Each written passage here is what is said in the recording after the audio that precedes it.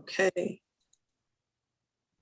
So it looks like the numbers are starting to level off, but I do expect we'll have some people joining once we get started. So today I'd like to welcome Professor Ashay Henry, who is a Robert Noyce Career Development Professor in Mechanical Engineering at MIT. He holds a bachelor's degree from Florida A&M University, and he received his master's degree and PhD from MIT. He started his career with a postdoc at Northwestern and Oak Ridge National Laboratories. He was a fellow in the U.S. Department of Energy before joining the faculty at Georgia Tech. He spent several years at Georgia Tech, and in 2018 joined the faculty at MIT.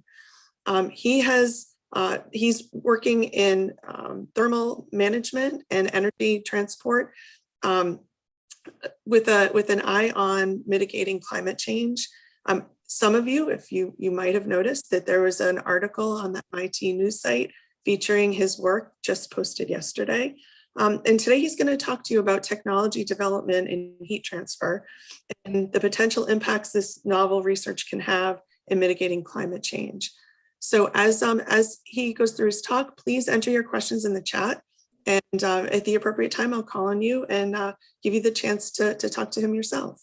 So with that, I will turn it over to you, Professor Henry. Thank you very much. Excited to be here. Thanks for having me.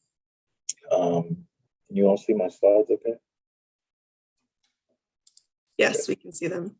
All right, Perfect. I'll just a pen before maybe I get started. Since you mentioned about a pen, one thing I guess to the introduction is another thing we're also very heavily involved with in our department is we're doing some new efforts to promote diversity, equity, and inclusion. So I'm also our department's faculty diversity chair. And what that basically means is right now I'm helping to lead a group of faculty, staff, students, all together, working together to develop a strategic action plan for our department. What has happened is, I think throughout the Institute, throughout MIT, there has been an interest in trying to diversify the composition of our community. And, there have been various efforts to think about it, to want to do something, but I think there's been a lack of planning and execution. And so not very many sustainable things have happened. There's some exceptions, but we are trying to take a very focused approach in our department and trying to develop some very specific actionable items and things that we can do that will not just change the composition, which is diversity, but then also making our community more equitable and more inclusive. And so we have a number of really, I think, interesting and creative ideas that we'll be pursuing over the coming years that will hopefully make a dent in that in a systemic way. One of the things we're most proud of that we have already accomplished is our incoming graduate student class is actually the most diverse on record. So we made some changes to the way that we did graduate admissions this year and got a much more diverse group of students admitted. And the second thing is that we have managed to get the visiting committee to have diversity, equity, and inclusion as like a standing agenda item going forward. And that's a really big deal because it means that even beyond our current department head, we will have evaluations of our progress on diversity, equity, and inclusion. So it's kind of making it systemic, making it long-lived and something that's permanent, so to speak, and part of the program itself. So I just mentioned that up front just to say, that it's an important aspect of what we do in addition to all the technical work, and that's what I'll spend the majority of the time talking about. So just to give you a flavor, my research, generally, we basically work on two main different categories of things. On the left-hand side is a plot showing the results of a number of studies we've done. We study heat transfer, both the physics of heat transfer and applications of heat transfer. So with regards to the physics of heat transfer, we study the physics of atomic vibration. So heat is ultimately just the energy contained in atoms moving, and how that energy is able to move from one location to another, which is heat transfer, is also interrelated with how the atoms are moving. And so we, in my group, one portion of my group, I would say about a third of my group, works on studying atomic motion. We do what are called molecular dynamics simulations, where we actually develop from quantum mechanics expressions and mathematical expressions that describe how different atoms will move inside of different materials, different structures. And in particular, we've been really focused over the last few years on what happens when you join two materials, where you have like one material A and material B, and you make a junction between them. How does the heat move across that junction? And so the physics of a lot of that is actually not very well understood. And so we do one third or so of my group does really just physics research using computational tools to study those materials. And what's shown there in this plot is basically we have some new methodologies we developed that, what's shown on one axis here is experimentally measured thermal conductivity. And what's shown on the vertical axis is our predictions of those thermal conductivities effectively directly from quantum mechanics. And so what you see is agreement, like right along the diagonal, what we predict and what gets measured are very close. And so this is confirmation that our theory is correct. And so that's like, one significant portion of what I do. That's a outgrowth of my PhD research. That's kind of my bread and butter. And once I started being a professor, I branched into a rather new and different area, which is doing macro scale problems, specifically looking at doing heat transfer at extremely high temperatures using liquid metal as a medium, as a heat transfer fluid. There are two technologies that we've been developing. I'll spend the majority of the time talking about the first one, which is thermal batteries, or it's an attempt at solving the grid level storage, grid energy storage problem. And the second technology I'll get to is called methane pyrolysis, or methane cracking. It's making hydrogen without making CO2. So I'll try to talk about that briefly. And if there's time, I'll also try to go through a couple slides talking about some of the most important problems that I see as our path to being able to continue to exist on this planet and not die from climate change.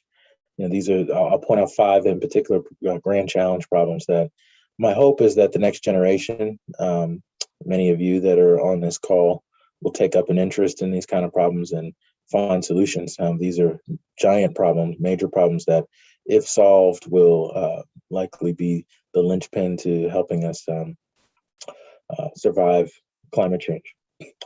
So let me start with this first problem. I'll spend, like I said, the majority of the time talking about this grid storage problem. So climate change, as far as I'm concerned, is the most important problem in the history of mankind, in the sense that it's the most clear and imminent threat to our species' survival. The other thing about this is, we know what it will take to solve it. We're clear on what has to happen. And one of the most important things that has to happen is we have to decarbonize the electricity grid. So the electricity grid comprises about 25% of the problem. It's where a bunch of CO2 emissions come from. We make electricity by burning fossil fuels, which then drive heat engines, and they make power. And ultimately, what we need to do is we need to do a complete overhaul of the entire power infrastructure. So we need to not use any fossil fuels and replace all of that with renewables. The problem is that with renewables, like solar panels and wind, the problem is you only get the electricity when the sun is out or when the wind is blowing. So the way the physics works is there's no real storage of that energy. And so you just get it whenever the weather is permitting. Now, the problem is the way the grid works is the grid requires, when you turn your light switch on, you expect that power will be available. And the way that works is that people in a room somewhere are actually trying to predict how much power people are going to use in the next hour and they call up all the power plants and send a message and say, okay, generate this much power because this is how much we're anticipating. And this is kind of how blackouts and brownouts happen, is when they get it wrong or when there's a failure of some power plants and they're not able to supply enough. And so at the end of the day, we don't really have any storage on the grid. There's no intermediate buffer that holds energy and then gives it to you whenever you want. The energy is dispatched directly from what we think people are going to use. So now if you say, okay, well, I'm going to run the entire grid on renewables, that's a very difficult thing because now it's weather dependent and people's usage of electricity is not necessarily weather dependent. So people expect their electricity, their lights to come on, their heat to come on, regardless of whether the sun is out or the wind happens to be blowing at that instant. And so when you try to think about how you're going to make the grid run completely on renewable energy, you got to have storage. So you got to find a way to take the energy that's available when the sun is out and the wind is blowing, hold it in some form of, I'll just term it a battery. You got to store it somehow. And then when people want electricity, you got to put the electricity on the grid on demand, have it be dispatchable. So what's shown in this plot on the right is a set of curves that basically show so PV penetration is on the horizontal axis. What that means is that's what fraction of the grid's electricity would be coming from solar. This is a hypothetical curve, so it's showing what would happen via simulations of the grid. And what's shown on the vertical axis is how much of that electricity you throw away because you can't use it. And what you see here is that this penetration only goes up to 50%. And what these different curves are different amounts of storage on the grid. And what it shows is that you need a lot of storage in order to be able to utilize the solar energy. Otherwise, you see those curves, tick up to 70%, almost, eventually get to 100%, where you end up throwing away all the solar you have because it's not coming at the time that you need it. So this is the storage problem. And what we're working on is an attempted solution to this. And the main issue, the reason it's not a straightforward solution, is the first thing you would think is, well, let me use maybe lithium-ion batteries or the same batteries they put in Teslas. And the problem is that those batteries are too expensive. They cost too much. If you do solar plus batteries, the batteries cost more than the solar does. And so those batteries are not really well suited for this problem of storing energy at extremely large scales. So what we do is we're proposing and we're working on developing what are called thermal batteries. And a thermal battery, it basically takes in electricity, converts it to heat, my specialty. We store it as heat and then convert it back to electricity whenever people want it. And so it works like a battery, but it's actually really a system of components. It's got two converters. It's got a converter for converting electricity to heat and a different converter for converting heat back to electricity. Now, if when you get older and you take a thermodynamics class, you'll ask this question: why would anyone ever do this? Because this would sound totally stupid if you've taken a thermodynamics class. And the reason it would sound stupid is because we expend great effort to convert heat to electricity the first time. So when we have those heat engines and those turbines that are turning in order to convert heat to electricity, we end up losing the majority of the energy. So the majority of the energy actually gets wasted as waste heat. So let's say you burn some natural gas, you pay a certain amount of money for every joule of energy or every kilowatt hour of energy in that natural gas. And by the time it becomes electricity, you've wasted more than half of it. So more than half of that energy just becomes wasted heat that just gets vented to the environment. And the less than half of it on average ends up becoming electricity. So now you say, well, I'm going to take that electricity, convert it back to heat, and let's do it again. And then when we do it again, we're going to lose half the energy or more again, a second time. So you can imagine you end up throwing away most of the energy. And that's why someone would think this is a very dumb idea. The reason it's smart is because of the cost. So even though you end up throwing away the majority of the energy, storing energy as heat is about 10 to 100 times cheaper than electricity. So even if you take a hit of, let's say, a factor of 2, so it's like half as efficient, it pales in comparison to getting a cost that's 100 times lower. Okay, so that 100 times factor is much more important than the factor of 2 that you pay. So that's the essence of what we're doing. This is generally how it works. The way it works is we take in electricity from renewables, so solar and wind. And what we do with that electricity is we run resistive heaters. So these are, for all intents and purposes, these are giant incandescent light bulb filaments that are very, very hot, so hot they're glowing white hot, just like a light bulb. And what we then do is we pump liquid metal through some pipes past those heaters, and the heaters are converting the electricity to heat. So that's the first conversion. And then the liquid metal is carrying that heat over to this storage unit. And this storage unit is basically a giant bank. I mean, imagine it the size of like half of a football field. It's huge. And it's about 10 meters tall. So it's about 30 feet tall or so. And inside of it are a bunch of giant graphite blocks. So graphite, you can kind of think of it like pencil lead. It's basically carbon. And it happens to be very refractory. It actually does not melt or decompose until extremely high temperatures. But it's very cheap. It's very abundant. Carbon is basically one of the most important elements we're made out of. There's a whole lot of it on Earth. And so therefore we can make this very inexpensively. And we heat up these blocks till they're glowing white hot. And so that's how we charge up the battery, is we take electricity in, we run that heat and move it over to the blocks. And then we have those blocks get heated up to the peak temperature, which is about 2,400 degrees Celsius. Sorry, let me try to get this phone.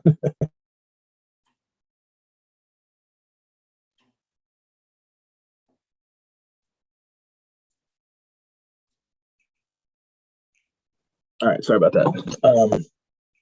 So that's how we charge up the thermal battery. And then when we want to, so we hold it inside that storage unit. And then when we want to make electricity, we pump the liquid metal through these blocks, heat the liquid metal back up to the peak temperature, and then send it over to this power conversion unit. And this power conversion unit has inside of it a bunch of pipes, and these graphite pipes here carry the liquid metal. And as the liquid metal goes down through here, the whole infrastructure is glowing white hot, glowing, looks like a bunch of white light coming out of all of this. And what we do is we actually, normally what you do is you use a turbine to convert heat to electricity, but what we do instead is we actually use photovoltaics. So we actually use a special type of solar panel to convert the heat back to electricity. So we insert, these are actively cooled, so they're sitting on something that's got water cooling on it to keep them cold. And we insert it into that light cavity. And so there's a bunch of light in here, we insert it, and the solar panels, these PV cells, will convert that light to electricity. And that's how we get electricity back out. And a number of reasons why we do this, I'll go over them later when we're in the question and answer period. But that's the basic idea, is we can actually have a very fast response to the grid by inserting those PV cells, and we can move them up and down to actually change how much light they're exposed to, so we can change dynamically. So this is our main technology called thermal batteries, or sun in the box. The main thing that is compelling about it, the main thing that's compelling about it is the cost. So the cost is extremely low. So the cost of lithium ion batteries right now is about $150 per kilowatt hour. A kilowatt hour is a measure of energy. It's a measure of, you can convert it to joules. And you pay about $150 for every kilowatt hour of energy you could store. And what we expect, or what we have estimated for our technology, is that it gets down below $10. So it's more than 10 times cheaper than batteries are today. It's actually cheaper than any other technology we're aware of. And so for this reason, we're very excited to try and build it and test it out, and hopefully get it commercialized so that it's a commercial product you can buy. And so one of the key questions that people usually ask, you probably should ask, is I mentioned pumping liquid metal, and I mentioned temperatures that may sound ridiculously high, over 2,000 degrees Celsius. And that would sound crazy because prior to us doing some work in 2016, there was no pump that could do something like that. And the reason there's no pump is because pumps generally require seals, and the seals are typically made out of polymers. Polymers is a class of materials that is kind of like plastic. So plastic is a polymer. And plastics decompose. The way the molecules are bonded, they are not strong enough to hold themselves together at extremely high temperatures, so they decompose. They'll vaporize, literally turn into gas. And so nobody could make a pump that could go this hot because you don't have any seal. You don't have a way to seal it. And so that was our major step forward in terms of a technological contribution and breakthrough here, is we figured out a different kind of seal. And so we figured out a seal that we can make out of carbon that actually can work as hot as carbon can work. So we can go up to 2000 C or above. And so we demonstrated our first test at 1400 C or 1350 C here shown. This is liquid tin being pumped. Tin is similar to solder. And the reason you can see this, the reason this temperature is actually not as high as we wanted, is because we're looking at it. So when we cut a hole in the insulation so we could see it. And when you see it, a whole bunch of light gets out and so it cools down. And so we've now done tests where you can't see it, and we measure it a different way. And we've demonstrated up to 2000, above 2000 C pumping. And so this is the main technological contribution we've made. Another more recent technological contribution, just to give you a sense of where we are with this technology and where we're headed, is on those photovoltaic cells. Those are not normal photovoltaic cells. They are a class of photovoltaics called thermal photovoltaics because you're converting it from a heat source. And the previous record for thermal photovoltaics back in 1980 was 29%. And so over the course of 40 years, just last year, someone set a new world record up at 32%, only went up by a few percent. And but now, just in our lab, we just measured 42%. So we actually pushed it up 10 points.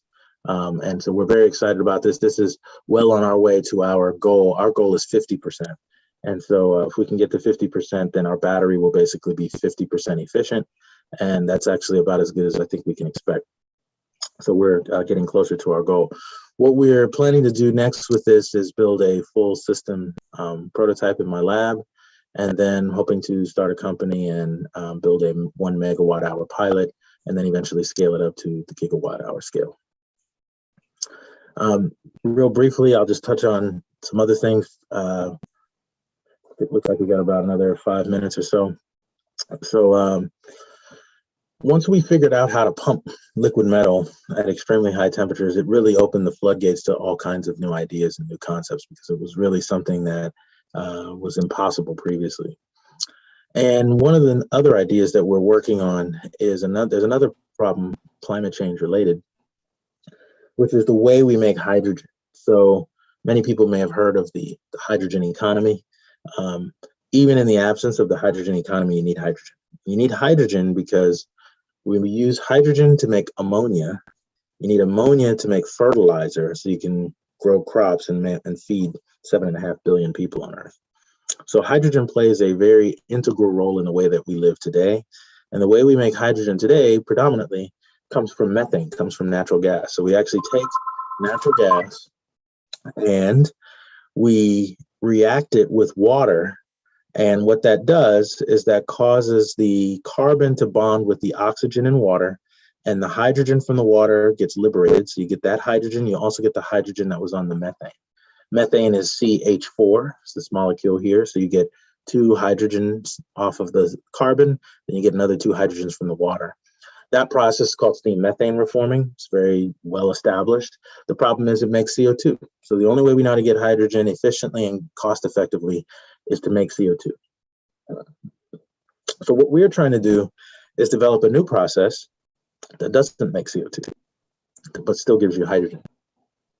And the way it works is basically, because now we can go to really high temperatures, if you take methane and you simply heat it up, key point is in the absence of oxygen, right? Like if oxygen is around, it's going to bond with oxygen and make CO2.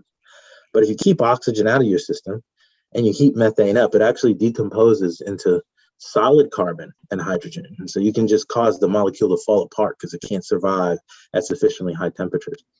turns out that temperature is, attainable. It's not something super high. It's 1400 degrees Celsius, much higher than we can achieve with like a reactor made out of metal, like you would have normally done. But with our new approach of using ceramics and our new seals, we can actually get to 1400 C and cause what's called methane cracking or methane pyrolysis. And so this image shown here is basically a cartoon of the reactor, the way we're building our reactor. What it basically involves is a big container that has liquid tin, and we blow bubbles up through the tin. Inside each bubble, you get a little carbon particle that'll form and hydrogen gas, and then the gas goes out the top. And we can recuperate, we can save the energy from the hot hydrogen, we can save the energy from the hot carbon as well. And then we're working on doing separation so you can separate out the carbon in the tin. And the reason this is significant is because the simplest thing you could do would be to take methane, put it in a tube and heat it up. The problem is when you do that and that carbon forms, it's going to form on the walls of the pipe. And very quickly, it'll fill the entire cross section of the pipe and choke the reactor and kill it. And so this approach allows you to actually continually make carbon without plugging the reactor. And so this is a technology we're working on called methane pyrolysis. So with that, I got about a minute left. I'm just going to quickly mention there are 5 major problems. We have a paper in Nature Energy that describes this a bit more. These are 5 thermal energy related problems that are key to mitigating climate change. The first is energy storage. We talked about that. I spent a lot of time talking about energy storage and the grid storage problem. The second one, though, is that is often not really appreciated, has to do with cooling. So the way we make air conditioners and refrigerators today involves chemicals that if they eventually end up getting out into the atmosphere. And when they do, they have a very strong forcing for the climate. And so they are actually thousands of times more problematic than CO2 is. And so even though it's a small amount of the material that's getting out from all the air conditioners and refrigerators around the world, it's actually going to become one of the predominant sources of climate forcing if we don't reinvent how we do cooling. So the way we use cooling is using a process called vapor compression. It's been around for about 100 years, hasn't changed because it works well. The problem is only this issue of these HFCs or hydrofluorocarbons. It's the actual refrigerant that's used. And so we have to reinvent cooling. We have to figure out a new way to make things cold that doesn't involve these molecules or in some way is able to protect them and not actually have them get into the atmosphere. So this is a grand challenge. We don't have any great ideas just yet, but I think many people are trying to come up with things.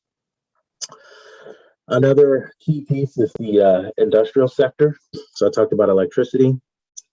We are hopefully likely to switch to electric cars that will then be charged by a decarbonized grid. That's one of the biggest problems that we have. But another big problem is industry. It's almost similar in size to the problem of driving cars. And this problem boils down to a couple major industries: cement, steel, aluminum, and hydrogen. So we're working on the hydrogen problem, but the cement problem is huge. So the way we make buildings makes CO2. And the way we make steel makes CO2. And these are some of the biggest industries on the planet. And we are trying to figure out new ways of doing those things, but we need help from that. We need a lot of help because there's no solution yet. Another potential problem to be aware of is this, a big source, or let me say a big sink, where we use most of our energy is actually in heating and cooling. So we take electricity, which is very high value energy, and then we usually downgrade it to provide space heating and cooling at temperatures really close to what human beings are comfortable with. And so there are a number of ideas for how to just reduce how much energy we use in heating and cooling. And one idea is to, instead of heating up an entire building where you heat up all the air in the building, why not treat it like a local phenomenon like we do with lighting? You don't put light everywhere, you put light just where you need it, where you're actually sitting. And so why not actually locally do heating and cooling? Because you're only trying to cool the person. You don't really care so much about the temperature of everything else in the room. And so this is a kind of conceptual shift, but it's important to think about new inventions and new ways of actually achieving things like this. Maybe you could make it where your clothes are actually doing your space conditioning and it just cools you, the person, rather than all the air around you. So these are important concepts to pursue. The last one I'll mention is long distance transmission of heat. So, we have power lines, and those power lines move electricity. They don't move heat. And it's because heat is very difficult to move. But if we could move heat, if someone could invent something so that we can move heat, we have an overabundance of waste heat. I mentioned this when I talked about power plants and how we lose most of the heat. But then we also want to do space heating at our houses and in our buildings. And we have plenty of heat at like almost the perfect temperature that we want to use it. We just can't connect the dots. We can't take this heat from these power plants and run it over to people's houses. So if someone could figure out a way to actually transmit the heat, move it over miles and miles from the power plants into people's homes, we could use the waste heat as actual heating for people's homes. And so this is another gaping hole, another very important problem that to try and solve if we can. So I'll stop there. Just quickly acknowledge the funding sources: NSF, ARPA-E, Solar Energy Technologies Office, and ONR. And I'd be happy to take any questions anyone has. And thanks for your time. That was fantastic. Thank you very much. We do have a whole bunch of questions. I'll ask everyone to continue to put your questions in the chat. But maybe we can start off with Constantine. You had a question about cost-efficient batteries. Oh, yeah, when lithium-ion batteries were mentioned, I was wondering, are cost-efficient alternatives being developed? Like, although it's not really a long-term thing, it's more short-term? Yeah, so people are trying to push the cost of lithium-ion batteries down. There are a number of modifications people are looking at, and they're hoping to get down to $50 a kilowatt hour eventually. That may involve like recycled batteries and batteries that have a number of modifications to improve. But even $50 a kilowatt hour is actually not low enough. So there's some studies that have provided guidance and predictions on exactly how low in cost we have to get, and it's actually below $20 a kilowatt hour. Thank you. That's helpful. Thank you. Great question. Deval, you have a question about this energy storage? Yeah, so my question was, would it be more efficient to just take the heat that the solar panels are using to convert to energy and just store that heat immediately instead of converting it to electricity and then back into heat? And why aren't people doing that? And is it due to just cost, efficiency? Excellent question. So the short answer is yes, people are doing it. It's a different technology called concentrated solar power. And basically what you do there is instead of, like you said, instead of converting the light to electricity immediately when it hits the cells, instead of PV cells, what you use are mirrors. And so you reflect the light up to like a tower, and you convert the light to heat, and you have a high temperature heat source. Then they flow, usually it's molten salt, and they flow a salt through that receiver, which receives the light, and then they heat up the salt. And then you can store the salt in these giant tanks, and it's like a big thermal battery. And so that's actually in many ways where our concept came from, is because that technology has been out since the 80s. It's actually pioneered in the United States. So you get to this basic question, okay, well, why aren't we doing that? So a couple issues. One, that technology, the cost is not as competitive. So right now, that technology in the best places on the world is cheaper than PV plus lithium-ion batteries. So it actually is cheaper than that, to your point, because it's more efficient and a number of other things. The problem is that the only place it really works well is where you have what's called direct sunlight. You need a high DNI, direct normal incidence. That's like in deserts. You need basically no clouds, because what happens is the clouds scatter the light, and so they don't hit your mirror at the right angle to then get reflected to the tower, so you end up losing a lot of the light. And so that's called diffuse light. That's one of the second issues it has. But there is an ongoing program at the Department of Energy trying to develop that technology and reduce its cost. Some of my work has been funded by that group, and so they're looking at a variety of alternatives to try and get the cost down. So it's definitely one of the contending technologies, but I don't think it's likely to win just because of it. Or let me say, I don't think it's likely to be a major part of the solution just because of the range of climates where it's most applicable and low cost. Thank you very much. Good questions. You're on mute, Jennifer. Thanks. Zaid, you had a question about preventing energy loss? Yeah, so as you were talking, you were all like, the molten metal inside of these basically energy storage cells is like white hot. And so that got me thinking, like, how do you guys prevent the heat radiating out and the light radiating out to basically not go into your PV solar application, if you will? Yeah, so the entire system is surrounded by thermal insulation. So the thermal insulation actually happens to also be made out of carbon. So it's porous carbon, and it's very thermally insulating. So the light is not, it's opaque, so the light can't get through it. But it's also insulation, so heat is gradually leaking through it. So there's a temperature gradient through the insulation.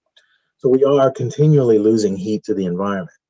This is part of the reason, or the major reason, though, why it has to be large. So by making it huge helps us mitigate this issue. So to put it in context, the rate at which you lose the energy is proportional to the surface area of the storage unit. But the amount of energy you have stored is proportional to the volume. So as you increase the size, what happens is the volume is larger, it outgrows the surface area, so to speak. So the surface area to volume ratio gets smaller the bigger it is. And so what happens then is when you make something big, the rate at which the heat can leak out is small by comparison to how much energy you're storing. And so this is the same idea that happens in concentrated solar power. They make the plants very, very large. They make the storage units big. And so usually what happens is you make them sufficiently big where you only lose like 1% of the energy over the course of an entire day. So to give you a good example, there's a time constant. There's the time frame over which it takes for something to cool down is again related to this surface area to volume ratio. So if you've got a cup of coffee, for example, on your desk, the time constant for that is only like an hour. Like within an hour, it will cool down. When you make something like half the size of a football field, the time constant is months, meaning you could heat it up and it will stay hot for months. It takes months for it to cool down. And so we utilize that so that we could heat this up. And then, the next day you've only lost like 1% of the energy and you can go ahead and discharge the battery. And so the heat doesn't get a chance to leak out because it's just so large. Okay, thank you very much. Yep. Okay, could we move on to Donning? You had a question about bioenergy? Yeah, is there any potential or implications for using like biologically driven sources to store energy? Like I know cases like using algae and other organisms for biofuels, which is like a different context. So this isn't necessarily my area, but I'll point out the kind of fundamental problem with biofuel related approaches is that at the end of the day, you're still using carbon as the carrier. And if you burn it, then you're going to make CO2. And so then the question is, how are you going to get the CO2 back? Well, the idea is that you've got to grow something that's going to eat the CO2 out of the air and then bring it back. So you end up being carbon neutral, but not necessarily not emitting the carbon in the first place. And, there are a number of people that are working on this kind of thing. It's promising in many respects. I think there are a lot of challenges in terms of cost and efficiency. But I think people are working on a variety of workarounds. It's not easy to make a reactor that's both, power dense and also cost effective. So you've got to get, let's say you've got some microorganism, you've got to get the CO2 into that microorganism. What people often do is they make like simulated reactors, right? Where they're actually feeding it CO2. They're not feeding it air. And they're feeding it a concentrated stream of CO2. And they can make things that work very well. But then the question is, where do you get this concentrated stream of CO2 from? That presupposes that you captured and you pulled it out of the air. And that part alone on its own is already too expensive. So those are some of the challenges. I mean, if you can do it with plants and have it done essentially passively where the plants themselves are the ones grabbing it out of the air, that's also fine. But then you end up using up ginormous amounts of land area. And the ginormous amounts of land area are not actually a problem in the sense that we're going to run out of land. It's the fact that now, if you want to go collect all this biofuel, you need a robot that's going to roam a huge land area to go capture it. so it ends up spread out over a huge area. So these are just some of the trade-offs and complications with doing it. But at the end, at the end of the day, the question is, if you're going to burn a fuel with carbon and put CO2 in the air, the key question is how do you get it back out? Thank you. Okay, Sarah, you had a question about superconducting materials? Yeah, so I was wondering, like, what could be the applications of, I know they're coming out with a lot of new ways to create superconducting metals with like reducing the heat to a level that you can yeah, and so there's that, and then I've also heard that heat extraction is also a thing that is commonly used. So I was wondering, is there a way to combine those two and also like apply this to like energy transportation? Yeah, it would be nice to be able to use superconductors. A good colleague of mine, he was actually a part of one of the first superconducting companies called American Superconductor. I think he said he was employee number 5 at American Superconductor. So let me first explain what a superconductor is and how it works. So a superconductor, as a good colleague of mine once said, is one of the only times in physics you'll get the closest thing you'll ever get to a free lunch. So it is basically a material whose resistance drops by so much that it's effectively no resistance.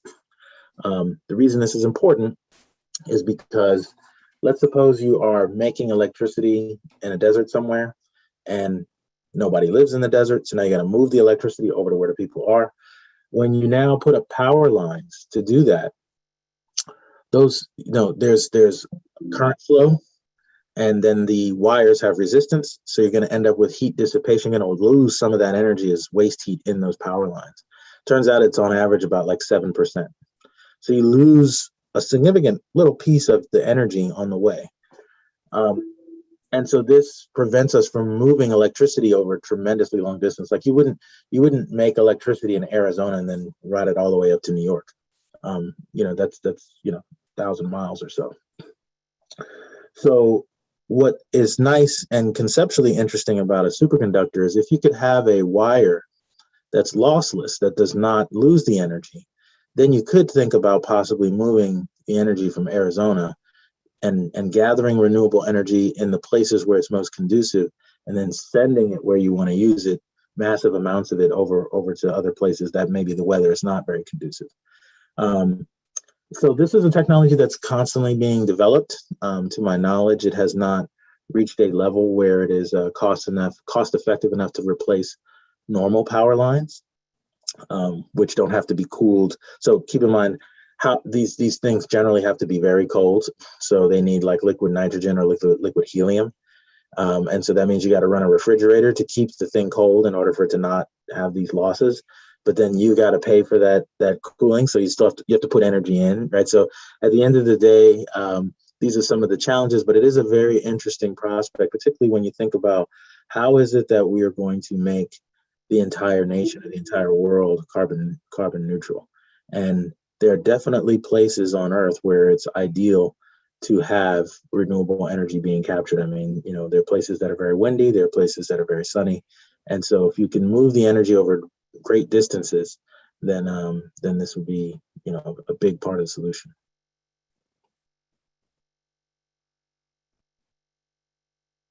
Okay, Christian, you had a question about a concept for contained housing circuits.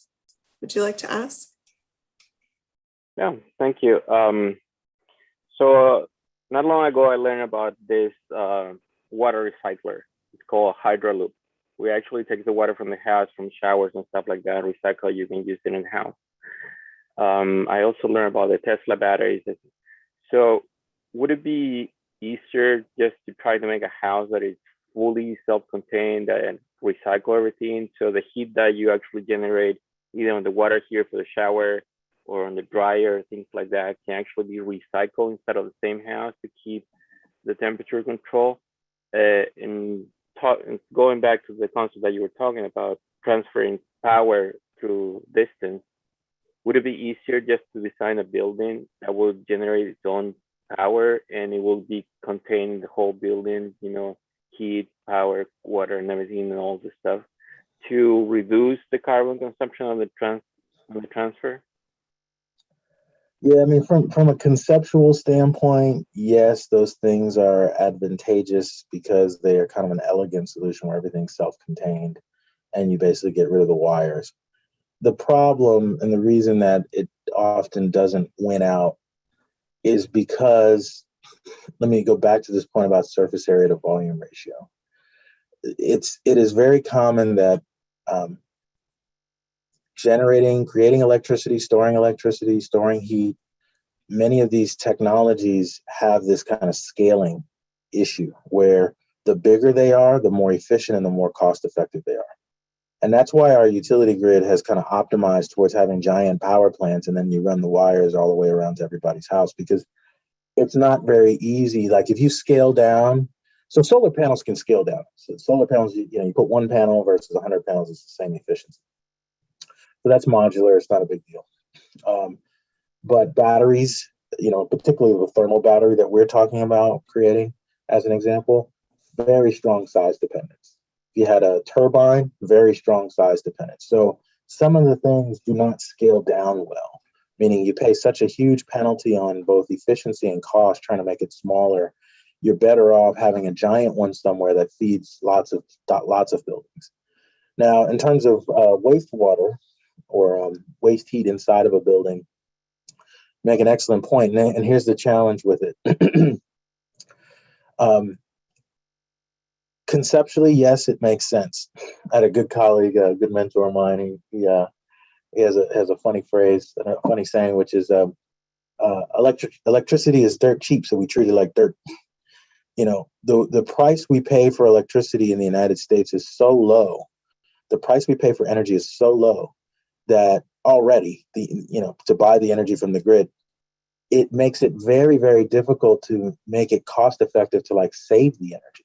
So when you have waste heat, it's so low value, it's hard to make any piece of equipment that would scavenge that heat and reuse it, where it's not cheaper to just buy more energy because the energy is so cheap to begin with. So that's the hard problem we have, right? It's conceptually, yeah, we should save it, right? So we don't waste it, but it's actually cheaper to just buy some more. And this is kind of the problem that we have is the electricity price is so low. That's why it's so hard for renewables to beat it. It's because natural gas is cheap here. Thank you. Yeah. Sananth, you had a question about the impact this work will have on future electricity use. This might be a great time for that. So yeah, I just want to ask this question: how would your method of storing electricity through heat, how would that be the future? How would that impact future electricity use? Ideally, it wouldn't impact the cost of electricity much if we can get the cost of our system low enough. What it would impact is the CO2 emissions from the electricity sector. So what we're trying to ultimately do, the most convenient solution is everybody just goes about their normal business, turning on their lights, turning on their air conditioners like nothing ever changed. And the difference is that we've changed the grid so that there's no CO2 emissions. And ideally, what would happen is once we can decarbonize the grid, you then try to decarbonize the transportation sector by having everyone switch to electric cars. So then when you charge your car, you're charging it from a grid that doesn't emit CO2. That also means we're going to have to expand the size of the grid. So we need more power from the grid to now power, you're going to have to get rid of all the gas stations. So there's no gas stations and everybody's just either charging at home or charging somewhere else. And where does all that energy come from? It's going to be new power plants and hopefully renewable power plants that are able to supply that energy on demand. The thing is, when do you want to charge your car? Well, you want to charge your car when you get home from work, and then it's in the evening and at night when the sun is down. So then where's all the electricity going to come from? Right. So hopefully it'll be this battery. Okay. Great question. Great. Okay, there's maybe time for just one or two more questions. You had a question about nuclear power? Willie Chan? Oh yeah. I'm just kind of curious about your sort of, as a sort of expert, I'm just sort of curious about your opinion on potentially using nuclear power, because I know some people believe in sort of phasing it out, or not really relying on it too much because of safety risks. But with advancements that have currently been happening that make it more efficient and a lot more safe, I'm just curious about what your sort of opinion, your take on this is. Um, my personal opinion is that the version of nuclear that we use today, you know, I don't know that there's a version of how this all plays out where nuclear is like the predominant solution. Like it'll be in the mix. There'll be some nuclear plants, but if you knew the details of how nuclear works and like kind of how wasteful it is, people don't usually talk about this, but like when you have a nuclear fuel, they only use like 1% of the fuel's capacity before they throw it away. It's just that there's so much energy in it, they don't care. And, we have this bad habit, and I think it's a conceptual problem, which is that we treat industries as though like these environmental externalities will never matter because the earth is so big and we can just tolerate it, right? And so we mine for these materials, we use them to, extract energy from them. And then what do? It'll kill you if you're around it. So we find somewhere to put it where no one's around. And we just hope no one day in the future will go dig it up. And we make this hazardous waste. And this is precisely how we got in the situation we're in now. I mean, when people first started making engines, I was like, yeah, okay, there's CO2 going in the atmosphere, but the atmosphere is huge. It's ginormous. Well, it'll never be a problem. And then it catches on. And the industry grows and grows to a point where now it's like, actually, all this CO2 we've been putting in the atmosphere is a problem. So I think, in my view, the idea that we would put great stock in any technology, in any process that ultimately has an externality that we don't know how to deal with. We don't know what to do with the waste. We don't know. All we do is just lock it away somewhere. I think that's a problem. I think that mentality and that approach to making technologies is a problem. I do think that nuclear will play a role. I think that it's, interestingly, I mean, like the specifications that they have to build to be able to build those plants are so grossly over designed. It's amazing, but yet and still, accidents find a way of happening. And nuclear accidents are, essentially, some of the worst accidents that can happen on the planet. And so to me, it's kind of like they're not going to save the day. And so the question is, I think people should work on it, see if we can find a better way of doing it, that's less risky somehow. But at the end of the day, I don't think that it's going to be the save all here or a huge part of the solution. Okay, thanks. So the last question, I'd like to call on Chris Gu, who has a question about how to position themselves to tackle some of these problems. What should they be thinking about studying? So Christian, would you like to ask your question? Yeah, that'd be awesome. Thanks so much, Professor Henry, for giving that very, very interesting talk. So my question is, if I were a freshman undergrad student, what kinds of subjects in STEM would I want to study to prepare me to research the solutions that you presented today, such as methane cracking and the heat battery solution? So I would say mechanical engineering would probably be, your ideal starting point. Also, possibly chemical engineering. These are the two, and maybe material science. Those are the three main sub-disciplines of engineering that I think are tackling the most critical pieces of the puzzle. I think electrical engineers are doing interesting things with software and some new hardware developments, but like mechanical engineering is really at the heart of the new hardware that has to be created to change the infrastructure. So, typical mechanical engineering curriculum is going to involve a number of things, statics, dynamics, mechanics and materials, design classes. And eventually when you get to probably your junior year, you'll take a class with me, like thermal fluids. And then you start getting exposed to heat transfer, fluid mechanics, thermodynamics. And that'll give you kind of the very basic foundation. I think this is another key piece I want to maybe mention to you all now. I've mentored lots of students. Many of them are very gung-ho about wanting to do something climate change related or sustainability related, and often come to the table or come and ask me for advice, and they're finishing up a bachelor's degree and they're trying to figure out, oh, well, what company can I go work for that's going to make a dent in this stuff. And the trouble with it is that there's a spectrum, and there are some companies that are very well established that are making some contributions and strides to this. However, if you're talking about the companies that are going to make all the difference in these things, they either don't exist yet, or they're startups, or they're early in their formation. And then the question becomes, okay, well, all right, I want to go work at one of these startups. All right, well, you have to think about what it is you can contribute. Many of these startups or earlier stage companies will not really be interested in hiring students with just bachelor's degrees. And the reason is because what they're doing is they're creating something from scratch. And so they kind of need people with more advanced knowledge than just bachelor's degrees.